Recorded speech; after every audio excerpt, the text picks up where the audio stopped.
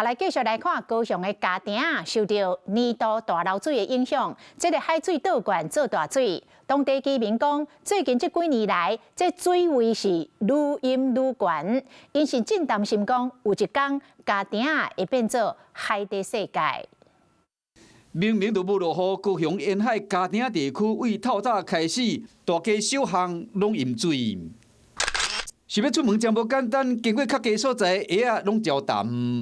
会当收水过啊！家庭路一段餐厅嘛拢淹水，头家真无奈，只好赶紧拼，赶紧清。我已经细细个搬去，你无看我电视，水进前淹几啊台啊！物件真歹去，这毋是头一摆啊！边仔人家厝嘛拢淹水，在地人讲捌看淹遮悬的。4、5日啊！压力上悬哦。嘿哦，今仔上悬，今仔来到遮嘞。我们乡镇里面很多都有做那一种抽水，或是那个是标不治本。涨较严重啊，一个严重啊，要落雨啊，干涨潮呢就比一个更较严重啊。啊，伊遐规片出来会走线的嘛，规个路面拢水啊。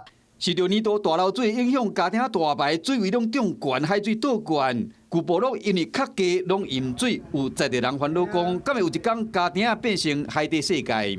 我希望是遮做一个闸面，防潮闸面，就是若是无落雨，干涨潮水伊就袂涨入来。成功争取到中央的补助款，大概是1500万元左右，共分为2标来做执行。为着要改善，水利局表示讲会增设抽水机、水门等等，估计12月底就当完工。时到无论是年度的大漏水，还是风台天，就当发挥作用，有效提升排水的效能。Hello， 大家好，我是林依文。想要抢先掌握最及时的新闻资讯吗？赶快订阅、按赞、开启小铃铛，锁定华视新闻的 YouTube 频道。